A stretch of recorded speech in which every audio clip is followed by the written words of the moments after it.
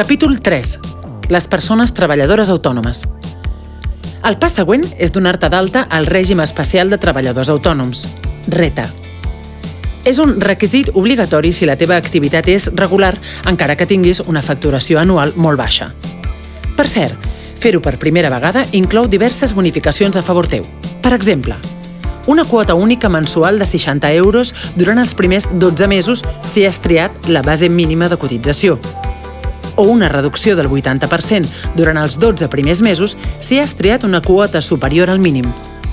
D'altra banda, sigui quina sigui la teva base de cotització, les reduccions s'allargaran durant els primers 24 mesos en percentatges menors, o 36 mesos si ets home menor de 30 anys o si ets dona menor de 35.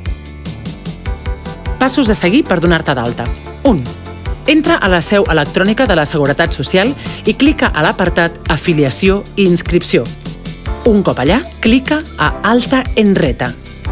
No oblidis tenir a mà les teves dades fiscals i el número de compte corrent i tenir actiu i instal·lat el teu certificat digital al mateix ordinador. 2. Després de comprovar que les dades personals siguin les correctes, has de clicar a Continuar i triar el tipus de treballador autònom. En el teu cas, Resto de Trabajadores Autónomos. 3. També has d'indicar el codi de la teva activitat, que és el codi d'activitat amb el qual et vas donar d'alta a Hisenda, en aquest cas, el 861.